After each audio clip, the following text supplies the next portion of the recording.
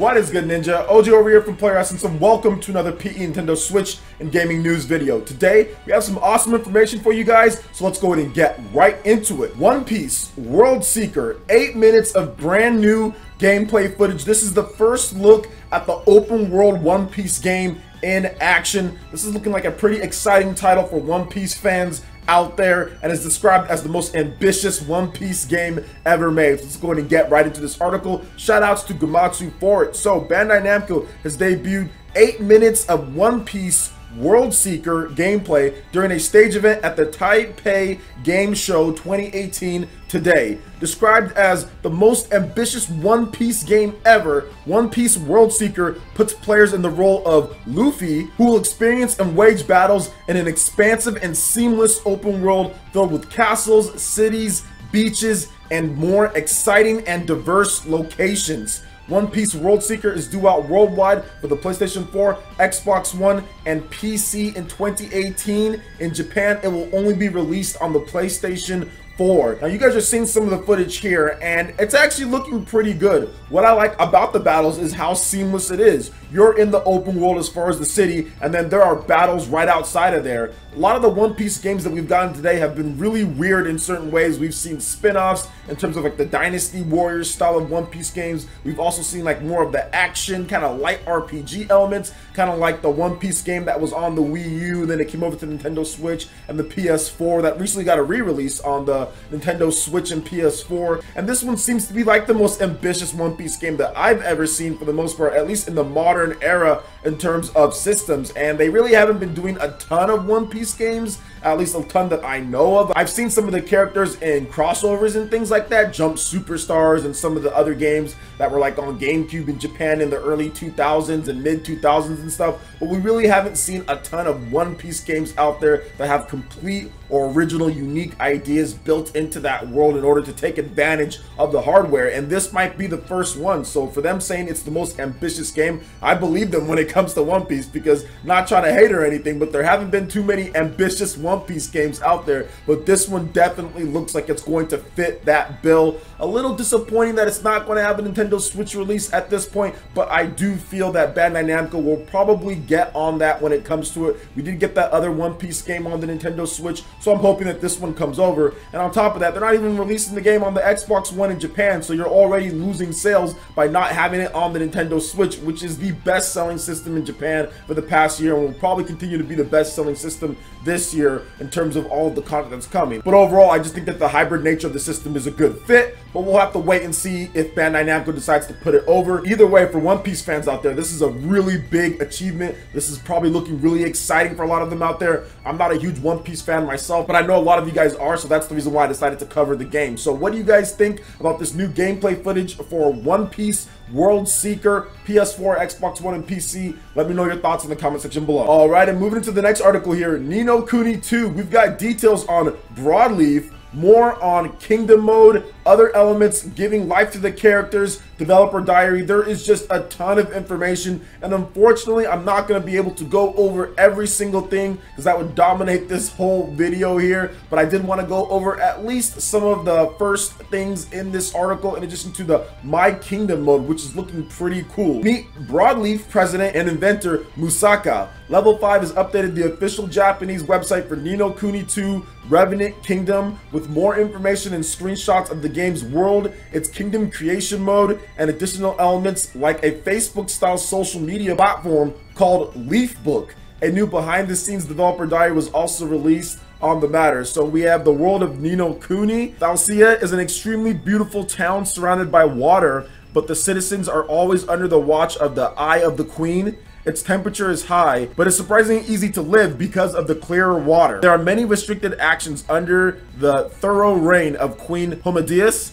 For that reason, problems themselves are unlikely to occur. There are some who question the politics of the Queen, but the High Council subdues any such resistance on the spot, solving people's dissatisfaction each time. They also had some more information on the battle system, so we're going to go over a little bit of that. So a great variety of styles. Each character has their own unique battle style and can trifle with and overwhelm enemies through varied combat. You can also instantly switch between playable party characters in battle in response to the state of the battle. So pretty cool there in terms of the combat. We're going to briefly go over the kingdom mode as well. So by bringing new talented individuals and technology into the kingdom established by Evan, you can gain various benefits that will be useful on your adventure and in battle. By assigning the right people to the right places, you can develop your kingdom with greater efficiency. In order to develop the kingdom you build, you will manage not only the castle, but also various facilities and talented individuals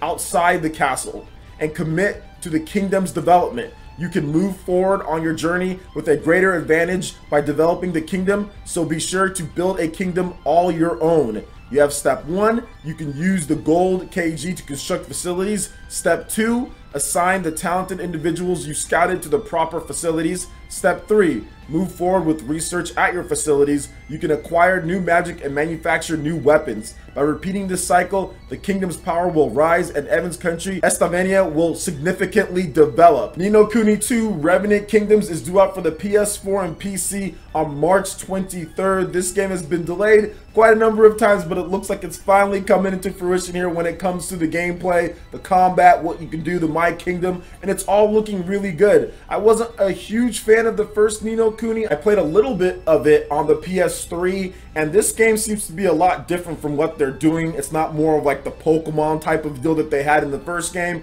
So I'm interested in at least checking it out, probably a PC version at some point, probably get it on some type of Steam sale or deal or something like that, because they always have those later in the year or summer sales or things like that. So I'll probably check it out. But what do you guys think about Ni no Kuni II Revenant Kingdom? Is this your style of game? Let me know your thoughts in the comment section below. Alright, and moving into the next article here, we have a little bit of an update on Morphies Law for the Nintendo Switch. So recently, the official Morphies Law Twitter page actually put up a nice little gameplay clip of a brand new ability that they're thinking about titling the Fidget Spinner. So let's go ahead and get into this post here. So thinking about calling our new ability Fidget Spinner, retweet to disagree. And I did retweet, but not because I disagree about the name, because I thought the name was actually kind of cool, but I just retweeted because I wanted people to see it, you know what I'm saying? But I think that it was a joke for them saying retweet to disagree. I think they just wanted people to see the post. And of course, they're hard at work on this game. A lot of you guys have been asking me about, hey, well, where's Morphies Law? They talked about this game,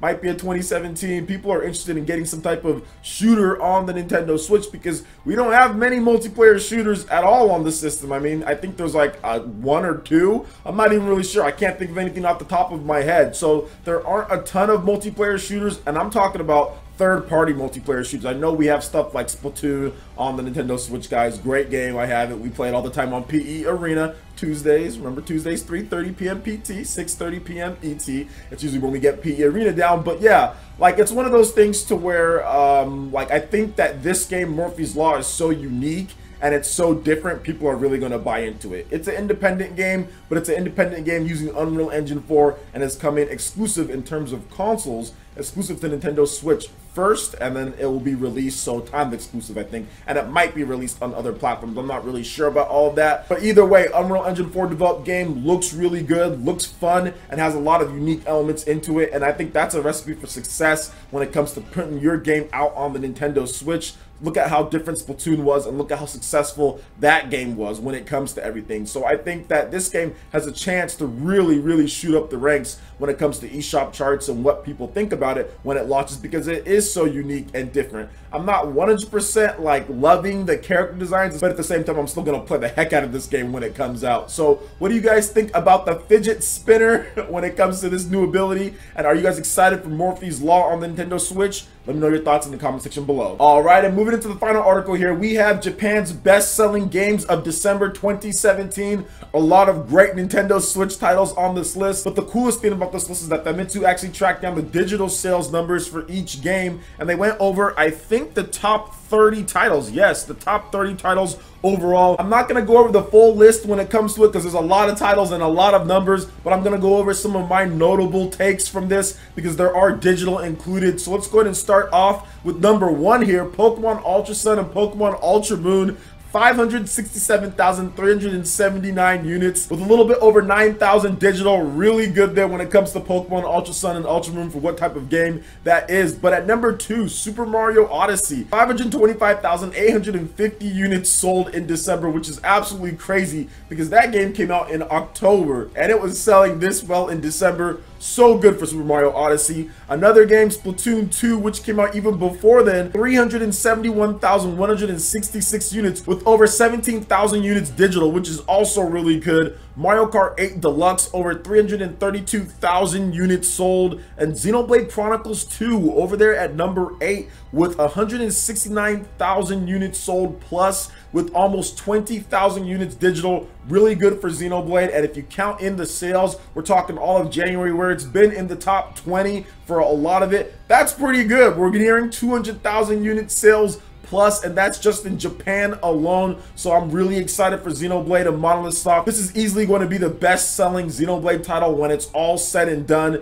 These sales are great, and I'm really happy to see a lot of Nintendo Switch games having success, and not just first-party games. We're seeing third-party stuff as well, because if you go down the list here, we also have Pokken Tournament DX, which was in the top 20, and Dragon Ball Xenoverse 2 as well, which was in the top 22. So it's awesome to see Nintendo Switch doing well, the game's doing really well, and I think that even with this lineup that they have from last year, it's really going to continue to carry sales in between while we get bigger games on the Nintendo Switch. So what do you guys think about the Nintendo Switch sales when it comes to games in Japan, the top selling ones? Let me know your thoughts in the comment section below. All right, Ninja, that wraps it up for this video here. Go ahead and check out the links in the description below. We've got Facebook, we've got Twitter. Go ahead and give us a like and a follow on our social media. Really helps us spread the content of Player Essence across the interwebs in addition to YouTube. Also, make sure you check out our Patreon and YouTube live gaming page and consider supporting Player Essence. When you do so, it gets you access to all sorts of cool benefits, perks, rewards, and emotes via YouTube sponsorship. So check out the link in the description below and consider supporting Player Essence right here on YouTube.